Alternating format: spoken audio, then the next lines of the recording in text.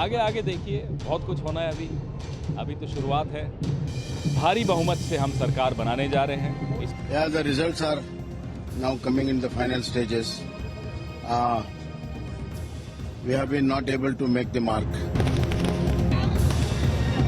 कर्नाटक में लहर या फिर कांग्रेस का कहर, ये तस्वीरें बहुत कुछ कहती हैं। एक तरफ कांग्रेस कार्यकर्ता जश्न मना रहे थे, तो दूसरी तरफ जश्न के कारण लगे जाम में सीएम बसवराज बोम्मई का काफिला फंसा हुआ था। कर्नाटक के हावेरी में कांग्रेस कार्यकर्ताओं के जश्न में करीब 5 मिनट तक बोम्मई का काफिला फंसा रहा। हालांकि इससे पहले सीएम के काफिले को लेकर रूट लगती थी, चप्पे चप्पे पर पुलिसकर्मी तैनात हुआ करते थे। लेकिन आज सब कुछ बदल गया। कर्नाटक में अब कांग्रेस बहुमत में आ गई और बीजेपी सरकार की विदाई हो चुकी है। कर्नाटक के चुनाव में एक तरफ क्रोनी कैपिटल्स की ताकत थी, दूसरी तरफ गरीब जनता की शक्ति थी और शक्ति ने ताकत को हरा दिया। और यही हर स्टेट में होगा। कांग्रेस पार्टी कर्नाटक में गरीबों के साथ खड़ी हुई, हम गरीबों के मुद्दों पर लड़े। और मुझे सबसे अच्छी बात यह लगी कि हमने नफरत से, गलत शब्दों से यह लड़ाई नहीं लड़ी। इस जीत से कांग्रेस को भले ही संजीवनी मिली है, लेकिन बीजेपी के हौसले अभी पस्त नहीं हुए।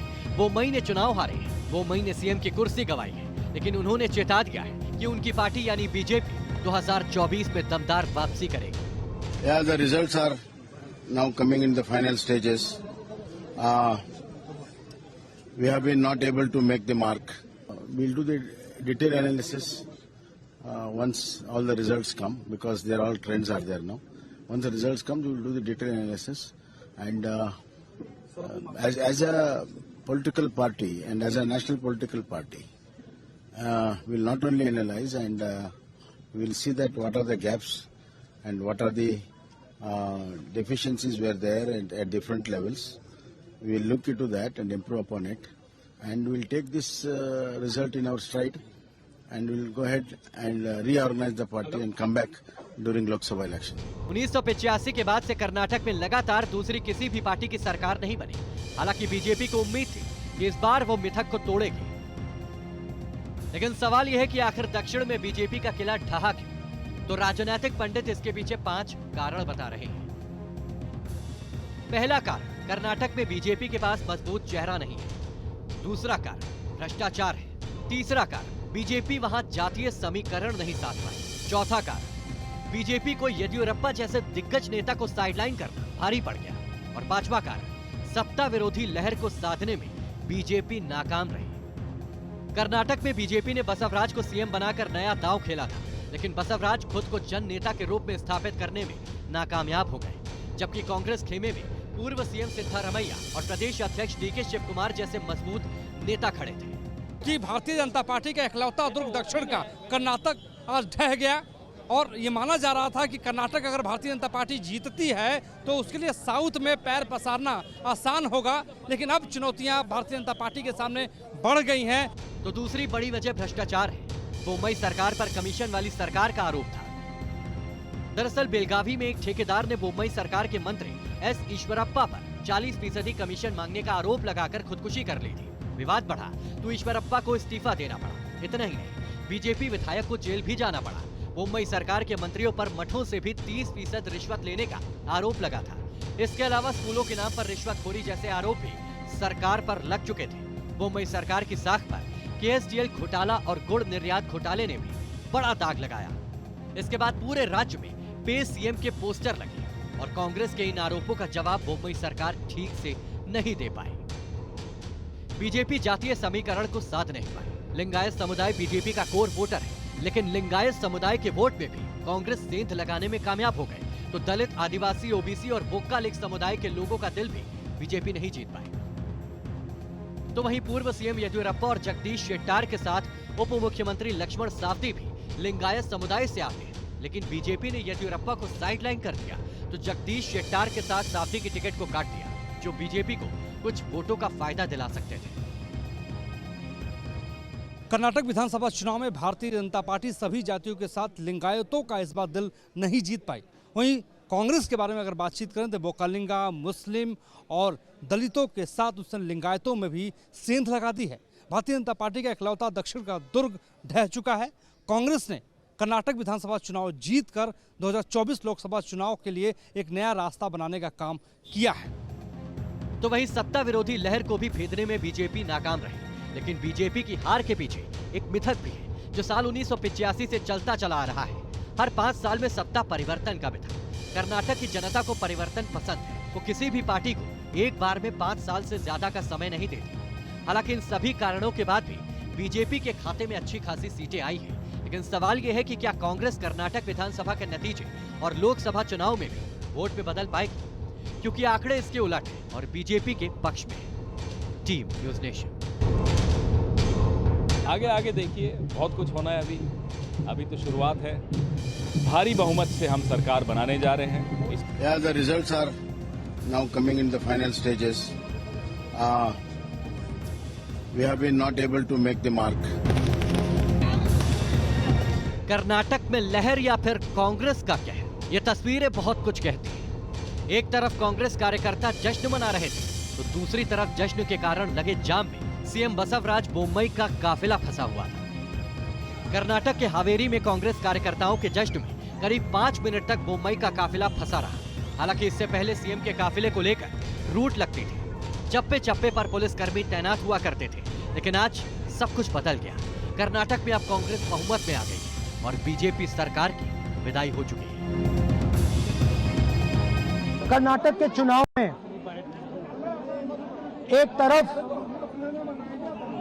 क्रोनी कैपिटलिस्ट की ताकत थी, दूसरी तरफ गरीब जनता की शक्ति थी और शक्ति ने ताकत को हरा दिया। और यही हर स्टेट में होगा। कांग्रेस पार्टी कर्नाटक में गरीबों के साथ खड़ी हुई।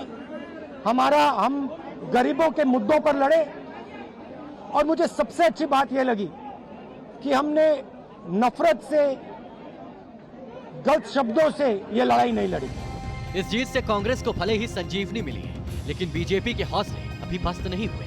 बोम्मई ने चुनाव हारे हैं, बोम्मई ने सीएम की कुर्सी गंवाई है, लेकिन उन्होंने चेता दिया है कि उनकी पार्टी यानी बीजेपी 2024 में दमदार वापसी करेगी।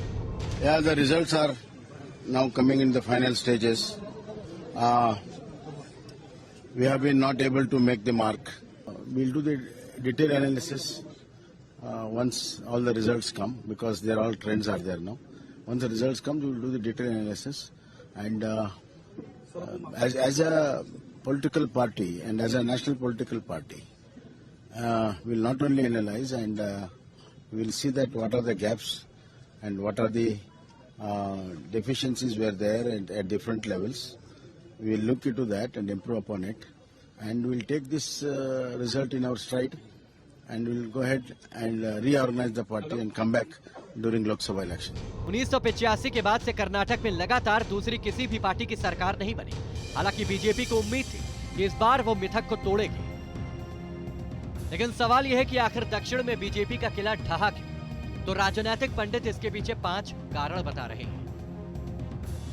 पहला कारण, कर्नाटक में बीजेपी के पास मजबूत चेहरा नहीं है। दूसरा कारण, भ्रष्टाचार है। तीसरा कारण, बीजेपी वहां जातीय समीकरण नहीं साध पाई। चौथा कारण, बीजेपी को येदियुरप्पा जैसे दिग्गज नेता को साइडलाइन करना भारी पड़ गया।